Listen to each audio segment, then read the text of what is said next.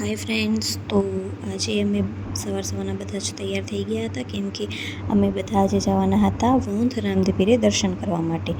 તો બસ અમે બધા જ આવી ગયા રામદેવીરે દર્શન કરવા માટે. આજે બહુ જ ભીડ હતી, તો દર્શન કરવામાં પણ વાર લાગી કેમ કે આખું ફરીને અમે આવ્યા હતા. તો દર્શન કરી લીધા. દર્શન કર્યા પછી થોડીક વાર માટે મંદિરમાં બેઠા અને પછી બસ આવી ગયા ઘરે આવ્યા ત્યાં સુધી 12:30 જેવો ટાઈમ થઈ ગયો હતો. 12:30 થઈ ગયા હતા અને સવારના કાંઈ કામ કર્યું નહોતું, ખાલી ફટાફટ નાહી અને અમે લોકો દર્શન કરવા માટે નીકળી ગયા હતા.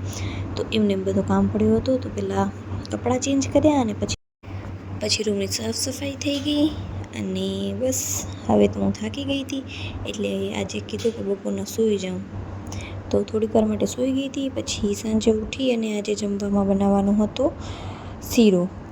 તો મને ઘઉંના લોટનો શીરો પસંદ છે અને ઘરમાં પણ બધાને ઘઉંના લોટનો શીરો વધારે પસંદ છે, તો મેં કીધું આજે એ જ બનાવી નાખું.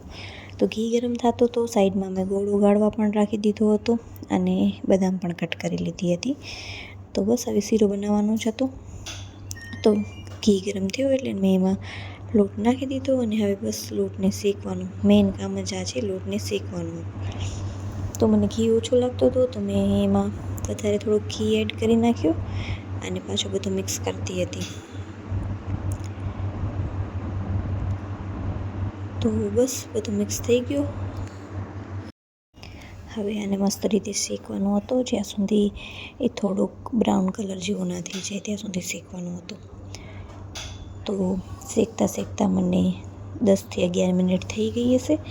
તો બસ એટલો શેકાણો ત્યારે મેં કીધું હવે એના અંદર બદામ પણ નાખી દઉં કેમ કે એ પણ થોડીક શેકાઈ જશે ને ઘી ભેગી તો મસ્ત લાગશે.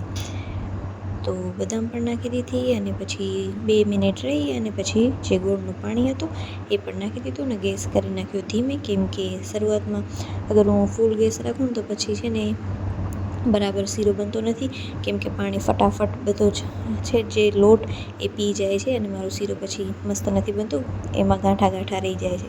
તો મેં ધીમા ગેસ ઉપર મસ્ત રીતે પહેલાં બધા જ અંદર જે હતા ગાંઠા એ બધા ઉગાડ્યા અને થોડી વારમાં શીરો બની ગયો. પછી બસ તો અને આજે બનાવવાનો હતો સાંજે વટાણા બટેકાનું શાક, તો પછી મેં કુકરમાં જ બનાવી નાખ્યો કેમ કે થોડુંક મોડું થતું હતું. તો બસ પછી બેસી ગયા અમે લોકો જમવા માટે. આજે જમવાનું તો વહેલો બની ગયો હતો પણ ભૂખ નથી લાગી મને, તો હું બહુ જ લેટ જમતી હતી.